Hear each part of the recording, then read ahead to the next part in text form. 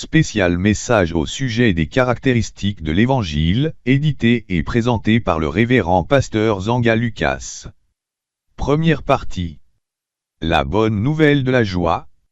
L'Évangile de Jésus-Christ est une bonne nouvelle pour ce monde. La joie du salut est essentielle pour ses enfants. Les mauvaises nouvelles qui affluent dans ce monde sont responsables de l'escalade du stress et de l'angoisse parmi les nations. Les maux qui en résultent sont hautement déplorables. La bonne nouvelle de Christ est la réponse formidable de Dieu au monde des hommes. Les habitants de ce siècle sont malheureux. Les effets dominants du péché ont envenimé notre relation vitale avec le Seigneur. Les joies humaines ont été englouties dans les deuils et les détresses. La chute du diable vint aussi empirer les crises sociales par une succession de malheurs et de tensions qu'on ne peut mesurer. Fort des précédents, un ange s'écria, « Malheur à la terre et à la mer ! Parce que le diable est descendu vers vous avec une grande colère, sachant qu'il n'a que peu de temps. » Apocalypse 12 verset 12. En conséquence, le monde se trouve aujourd'hui dans un tourbillon de menaces et de peurs. Il n'est pas possible de décrire cette situation avec la longueur d'homme. Sans aucun doute, nous en sommes confrontés à une expérience lugubre et atroce qu'aucune génération ne pourrait surmonter. Franchement, la bonne nouvelle de la joie du salut est la bienvenue au monde, là même où des foyers de tensions interminables contre ses habitants du monde. Une situation selon laquelle la société est tendue à un rythme régi par les sautes d'humeur et d'angoisse. Chaque jour du malheureux est mauvais, mais le cœur content est une fête perpétuelle. Proverbe 15 verset 15. Dans ces conditions, personne ne peut prospérer dans un climat aussi tendu et agressif. Une raison qui a nécessité les interventions divines à la croix pour sauver la nature humaine de cette impasse. Sans son sacrifice divin, aucun locataire du monde ne pourrait jamais espérer aux joies du salut. Le royaume céleste est configuré pour une vie de paix et de joie par le Saint-Esprit. Deuxième partie. Où allons-nous trouver cette joie?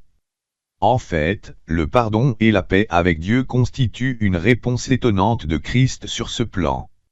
En relisant les psaumes de David, nous redécouvrons que la cause de nos joies brisées remonte depuis la chute d'Éden.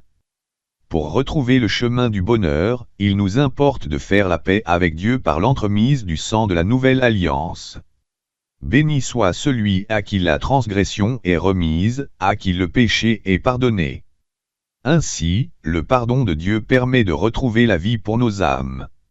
Il s'agit ici d'une condition irréfutable. Psaume 32 verset 1. Si nos péchés demeurent en tant que tels, eh bien, notre esprit est sous le poids de la culpabilité et du jugement. Ce poids empêche que nos âmes abordent les sanctuaires de la vie. En revanche, le pardon de Dieu affranchit nos consciences pour un bonheur sans égal aux joies du siècle. Les plaisirs charnels, les drogues, la sexualité, la richesse et les liqueurs fortes ne procurent pas des joies escomptées. Vous pouvez manger, boire, danser ou même posséder d'excellents biens sans vraiment vivre pleinement votre vie. Veuillez croire et recevoir la bonne nouvelle de la joie dès ce jour afin que Dieu vous comble de sa plénitude.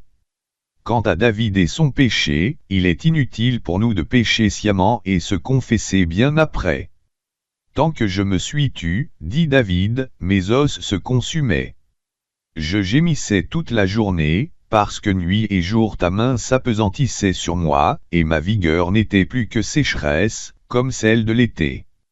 Je t'ai fait connaître mon péché, je n'ai pas caché mon iniquité, j'ai dit, je confesserai mes transgressions au Seigneur. Et tu as effacé la peine de mon péché. David avait perdu son estime et la joie pour son salut à cause de l'immoralité. La joie et le salut sont des biens précieux à préserver avec soin. Le roi réalisa enfin la gravité de ses fautes et réclama la restitution de tout ce qu'il avait perdu. Ô Dieu, rends-moi la joie de ton salut, psaume 51 verset 14. Il n'y a aucun avantage à succomber dans le péché. Car le salaire du péché est la mort. Il nous convient de renoncer au péché en priant Dieu continuellement pour la délivrance. L'apôtre Paul nous encourage à se réjouir plutôt dans le Seigneur et non dans les plaisirs charnels. Seule la vraie connaissance du salut en Christ et de son pardon nous procure des joies incroyables. Malheureusement, de nombreux chrétiens ne la manifestent pas comme souhaité par l'Évangile. Cet échec ne peut pas être justifié ni érigé en règle chrétienne. Dieu nous ayant libérés des joies et des soucis mondains pour remplir nos âmes de sa présence. Et quoi vous en semble, ce privilège est-il négligeable? Mais non, je vous ai dit ces choses pour que vous ayez ma joie parfaite en vous, a martelé le Seigneur pour nous voir vivre heureux. Jean chapitre 16 verset 24. Notre satisfaction doit être visible à tous égards. Une raison qui pousse les chrétiens à témoigner du Christ au milieu de cette génération en mal de joie. Troisième partie. Bonne nouvelle du Christ ressuscité. Il n'est pas ici comme il l'a annoncé plus tôt, il est ressuscité, comme il l'avait annoncé, venez et voyez l'endroit où il était couché, et allez promptement dire à ses disciples qu'il est ressuscité des morts. Matthieu chapitre 28 versets 6 à 7. Nous n'adorons pas un héros mort, mais le meilleur de tous, Jésus-Christ qui est le Sauveur merveilleux. Il est celui que nous prêchons et présentons aux hommes comme mort et ressuscité pour notre justification aux yeux de Dieu. Grâce à sa résurrection, le fondement du christianisme est validé et assuré. Une preuve certaine qui atteste que son sacrifice au mont Calvaire avait été agréé par Dieu. Sans lequel, il n'y aurait aucune possibilité d'être pardonné. C'est la résurrection de Christ d'entre les morts qui distingue le christianisme des religions païennes. Mais, le sujet qui brise nos cœurs est que les hommes ont fini par faire du christianisme une religion morte, un repère de prostituées, de délinquants et de criminels. Fondamentalement, le christianisme n'est pas un regroupement religieux des gens sans loi ni foi en Dieu, mais un témoignage inégalé de l'action rédemptrice de la puissance de Dieu dans la vie des gens régénérés. Quatrième partie. Bonne nouvelle d'espérance. Malgré la bonne rhétorique politique de cette époque, le monde connaît néanmoins des perturbations vicieuses en ces temps de crise généralisée. La foi est une vertu selon laquelle les héros chrétiens ne manquaient pas de privilèges divins. Le père Abraham en est témoin. Le manque de foi est catastrophique pour les croyants.